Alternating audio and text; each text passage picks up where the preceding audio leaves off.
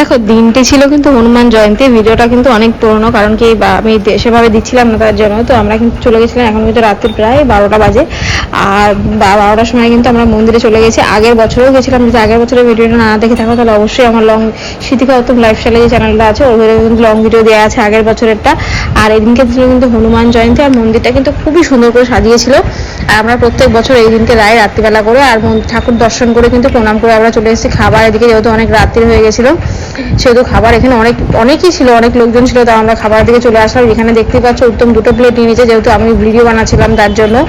আর এখানে লুচি দিয়েছে, বোঁদে দিয়েছে, আর একটা মিক্স সবজি দিয়েছে, আর এখানে কিন্তু ভাত আর কারি, এই সবজিটা নিয়ে কিন্তু আমরা খেতে বসে পড়েছিলাম। আর দেখতেই পাচ্ছ পেছনে কত লোকজন, আর প্রচুর বড় প্যান্ডেল হয়েছে। একটা ছোট ভিডিওতে তাতে কিছু শেয়ার করা সম্ভব না, যতটা পসিবল হলো আমি তোমাদের সঙ্গে শেয়ার করলাম। আশা করছি তোমাদের ভিডিওটা ভালো লাগবে। আর দেখো আমরা কিন্তু খাবার খেতে বসে গেছি।